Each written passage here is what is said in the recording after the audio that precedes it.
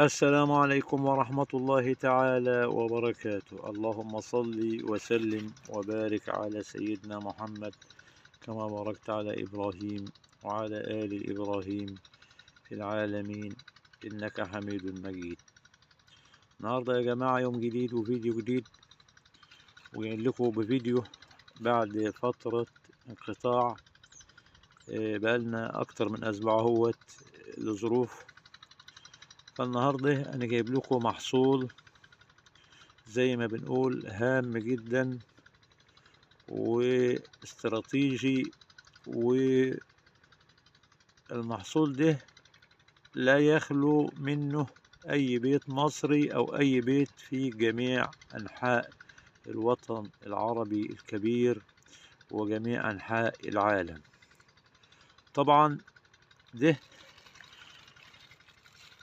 النبات اللي احنا بنصور فيه حاليا، ده احنا بنسميه بنجر. البنجر ده اللي بيستخرج منه السكر. طبعا محصول شتوي، بيفضل في الأرض تقريبا 5 شهور، من 5 شهور ل6 شهور، أو يعني يقل شوية، يعني عن 6 شهور ممكن 5 شهور و10 أيام، 5 شهور ونص كده يعني. طبعا ده عروة أولى اللي احنا فيه ده بنسميه عروة أولى. طبعا البنجر 3 عروات، عروة أولى وعروة تانية وعروة تالتة. اللي أنا بصور فيه ده العروة الأولى في البنجر. طبعا بياخد من 7 ريات ل8 ريات حسب الأرض. كل حاجة يا جماعة، ما بنتكلمش عن المية دي خالص. المية ديت آخر حاجة الواحد بيتكلم فيها.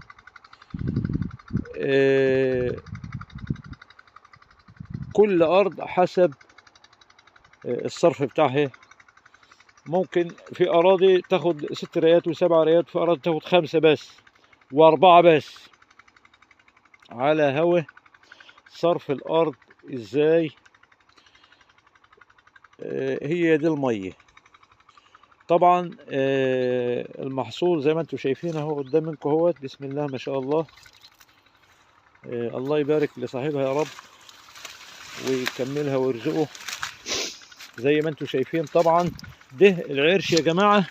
العرش ده مش هو ده اللي بيتعمل منه السكر، ولكن اللي بيتعمل منه السكر هو ده اهو، لما تكون في الارض احنا بنسميه الراس زي ما انتم شايفين كده اهو. لكن الفوقاني ده عرش، ده العرش. لكن اللي تحت ده خلاص هو بدأ يصب اهوت، بسم الله ما شاء الله. يصب يعني ايه؟ يعني يرمي انتاج زي ما انتم شايفين اهو كده اهو. تبدأ الراس بتاعته تكبر بالحجم اللي انتم شايفينه ده اهو اهو. طبعا هي مدفونة في الارض لسه. بيجي بقى التقليع وكلام من ده، هعمل لكم فيديو عليه ان شاء الله، ان ربنا قدر لنا اللقاء والبقاء. هنصور لكم فيديو عن التقليع والتقشير والكلام من ده. حتى لو درجة حتى اروح المصنع، كمان مصنع قريب مننا اوريكم المراحل. نستأذن من الجماعة بتوع المصنع نصور فيديو بخش ازاي، بخش على مراحل الانتاج ازاي والكلام من ده، ان ربنا ييسر لنا الامور يعني. ولكن البنجر اهو زي ما انتم شايفين. طبعا كل فدان بنجر بياخد له تقريبا 4 شكاير 5 شكاير يوريا. طبعا بياخد رش، بياخد رش برضه اهو، عشان احنا في الشتاء. بياخد رش يا جماعة برضه، بياخد رش فطري وبياخد رش حاجات تانية عشان الزرع يفضل ماشي بالطريقة اللي انتوا شايفينها ديت اهو. ادي العرش بتاعه اهوت، والانتاج بسم الله ما شاء الله. الله يبارك لصاحبها. طبعا كل ريه بنحط عليه بعد ري ارض. طبعا البنجر دي ارض غمر يا جماعه، حتى هي مرويه هيت اهي. نجيب الكاميرا كده شويه اهي، الارض طينه خالص اهي اهي، طينه والشتاء وبتاع كمان. فالارض طينه لسه هيت. فهو تقريبا كل شهر الريه. الايام اللي ما فيش فيها شتاء ممكن ايه 20 يوم 23 يوم 24 يوم، على هوا برضو ايه الجو وصرف الارض والتربه بتاعتها جافه. ده طبعا الارض ديت التربه ديت تربه طينيه، ولكن البنجر ده في ارض الرمل بيجهل قوي يا جماعه، وبيعطي انتاج حلو قوي في الارض اللي هي ايه، الارض اللي هي ما هيش طينيه، طفله بيضه طفله حمراء بيعطيك بس الارض طينيه اهي. بسم الله ما شاء الله، بسم الله ما شاء الله. اهو اهو اهو. ده العروه ديت في شهر 2 15 2 يا جماعه بتقلع فيه 15 2 بالظبط، بتبدأ تقليع فيه اهو. شايفين الشمس، شايفين الريف وحلاوة الريف يا جماعة. والله الواحد بيبقى جاي من الشغل تعبان، قسما بالله انا ما برتاح الا في الارض، ما برتاحش، لازم كل يوم كل يوم. بس والله انا عندي شوية مشغوليات كده، كل يوم والله كل يوم يوميا ما لازم اجي. نفسية الواحد بتتغير، والارض والزراعة كده بيعطوا الواحد طاقة بعد ضغط الشغل والكلام من ده. ربنا يعيننا ويعينكم ويعين الناس كلها يا رب. فبيجي بيشوف الاجواء ديت بيرتاح نفسيا، دي اهم حاجه.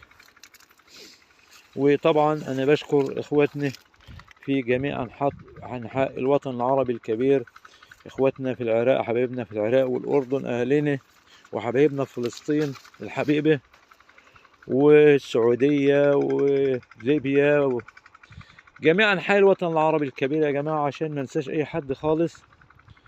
وبشكر طبعا اخواتنا السوريين، ربنا يفك عنهم الغمه ورجعوا الى بلادهم سالمين غانمين يا رب. واللي موجود هنا عندنا في مصر ما هي بلدهم برضه، وناس محترمين، وكلنا اهل، وما فيش فرق بين كلنا، جميع العرب كلها اهل واخوات يعني. نرجع تاني لموضوعنا. فالبنجر عروة شتوي يا جماعة زي ما احنا بنقول كده، وبياخد من 5 ريات 6 ريات و4 ريات على هواء الارض برضه.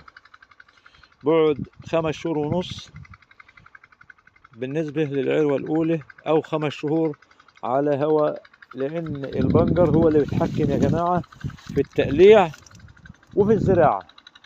يعني هو بيقول لك هتزرع امتى وتقلع امتى، عشان بيكون محتاج الإنتاج بتاعه يطلع عشان يشتغل.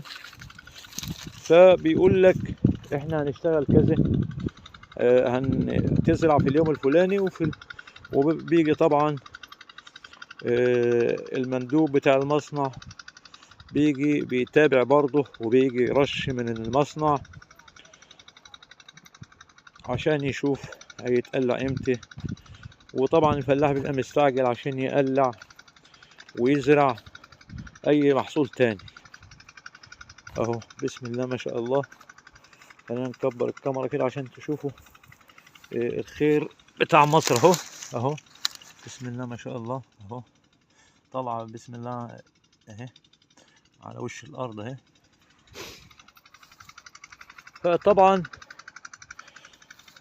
بنشكر اخواتنا واهالينا اللي هم داعميننا، وطبعا بنقول للناس اللي بيسمعوني وحابين لنا الخير، احنا مستنيين منكم المزيد.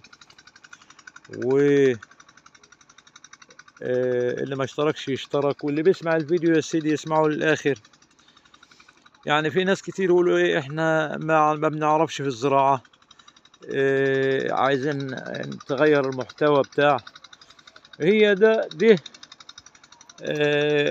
عيشتنا. واللي عنده اي اقتراح برضه ممكن، احنا بنصور حلقات تانية دي يوميات على يعني اي حاجة بتحصل للواحد ممكن اصورها واوريها لكم عشان تعيشوا معانا الاجواء الحلوة الجميلة ديت. وادي مصرنا الجميلة هيت، بلد كلها خضرة هيت، بسم الله ما شاء الله، الخضرة في جميع شوف اهو انا من الارياف يا جماعة، اهي اهي كله بيشتغل وبيتعب اهو، الناس شغالة بسم الله ما شاء الله. ووادي طبعا نوريكم لمحة عن المية هي دي طبعا، دي بنسميها ترعة اهي، المية بتيجي فيه اللي هي بنروي به الارض اهي اهي.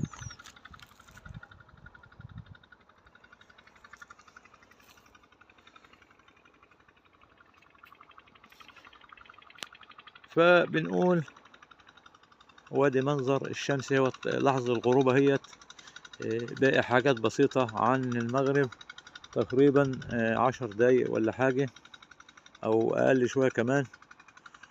وطبعا زي ما بنقول كل عام وانتم بخير. طبعا احنا النهاردة اول يوم شعبان او تاني يوم، اول يوم مش فاكر بالظبط، اول يوم هو اول يوم يا تاني يوم شعبان. وطبعا هيقل علينا رمضان، يهل علينا يا رب، واحنا طيبين وانتم طيبين والامة الاسلامية كلها طيبة. وبنقول كده الفيديو بتاعنا خلاص قرب على النهاية، وبنقول دمتم في امان الله وامنه ورعايته، والسلام عليكم ورحمة الله تعالى وبركاته.